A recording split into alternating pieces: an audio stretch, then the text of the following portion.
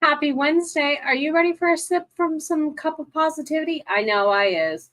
This time, we're going to honor someone very, very special. A king, a dad, the voice of the greatest light, and the voice of the greatest darkness in all the stars. Let's go ahead and rock it.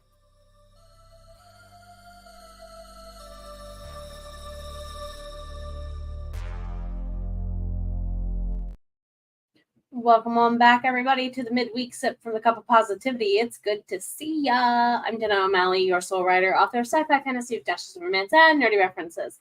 If you want to catch all of the epic things I have going on here lately, join us over for some sprints in about half an hour on my other channel. I see Jess is here. It's good to see ya. So before we get to honoring someone I very much do adore greatly, I wanted to start with the original quote for the edits and alchemy end of today's title, and that's: the essence of cinema is editing.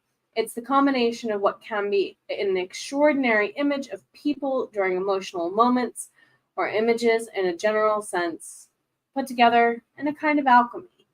And I've been editing a lot of books lately for clients. I've actually, in the last 2.5 months, I've done almost 20 books of different varying lengths, mind you.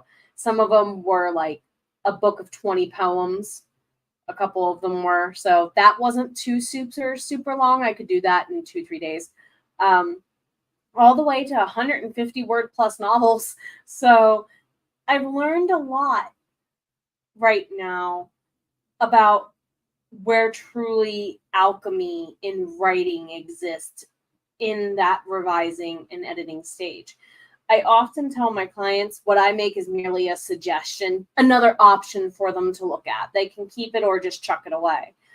And one of my clients was saying, you're like a ninja going through and cutting out words. And yeah, but at the same time, a sharper blade is not always the way to go.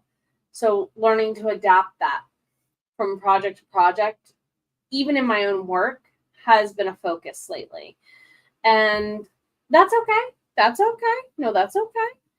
Eva, it's good to see you. Welcome in, friend. Welcome in. How's is? And just with editing, I know that it's a polish, depending on what the client asks for. There are times where clients have said, look, I want you to make it look like the document's bleeding, and I'm okay with that. And it's not usually my horror and mystery clients who do that. It's normally my epic high fantasy clients. And it's normally because they're writing, the really, really, really, really, really long works. So I've noticed where truly that's the alchemy of writing for a lot of my clients. I've seen this summer a lot of people go from doubting themselves to gaining a more reassured footing. And it's that emotional moment that Francis Ford Coppola is really referring to. It's gaining their feet under them, even if it's just for a moment until the next book, right? And it's very empowering for me to remember I have my own projects to also be working on. So, yeah, there's a whole nother emotional alchemy going on there when you're editing, you're formatting to a book. And I caved and went the way of Atticus today and learned it in like 3 to 5 hours. It was miraculous and it was quite enjoyable. And I had fun for the first time in a long time doing formatting stuff. And mind you, I've used Word forever. Like, I remember back when Word didn't have a ribbon system. It had drop-down window tabs system prior to, what was it? Office 2003 when they changed it, I think. And Eva has Atticus, haven't had format a novel. It's super easy. Like, somebody said, Jenna, if you can do what you do in Canva, you can figure out Atticus. And I'm like, oh, geez. So, Yeah, it did. Speaking of Canva, it got an amazing glow up. They've been going through this process for the last couple of months, and it's been a joy to watch. I actually delayed the class that I have launching soulbar.exe on the 21st to now to go and cover some stuff in this glow up in a class for our Soul Bard Academy in July. And I'm glad I did, because just learning so much. So yeah, if you haven't logged into Canva in a while, I highly suggest doing that, my friends. I highly suggest. Yuki, it's good to see you, my friend. How are you doing? And just to kind of bring in the other quote I really wanted to focus on a little bit tonight, because the last 48 hours have been so mean to Gen Xers and millennial peoples who are nerds and geeks. Just saying. I grew up in an era where James Earl Jones's voice was everywhere. I mean, everywhere. The late 80s, early 90s, he became like another Orson Welles, that movie voice guy. And I remember being thankful multiple times for his role as Mufasa growing up. When I actually want to say it was Eva who posted.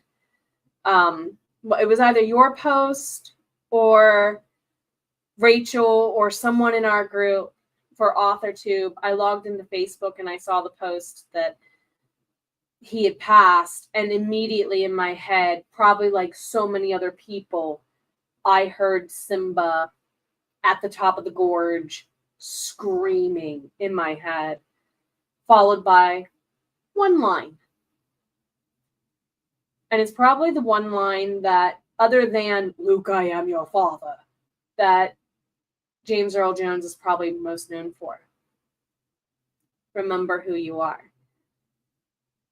And a couple hours after I was streaming that yesterday, on my other channel, there were some kids walking by, and they were joking about how, wouldn't it be cool if that meant Luke and Leia were somehow Simba's, connecting James Earl Jones as Mufasa and Darth Vader? Wouldn't it be cool if they were somehow like half siblings?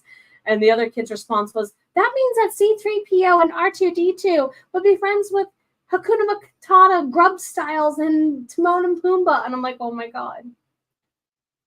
Remember who you are, James Earl Jones, because he's still kind of like Robin Williams. He's going to have that impact of, you can always go to their material for a good laugh and a good lesson.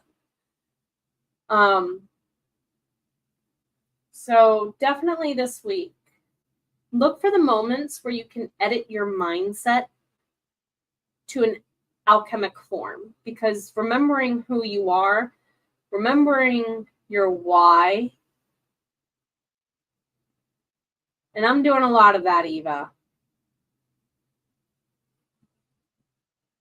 Remembering your why.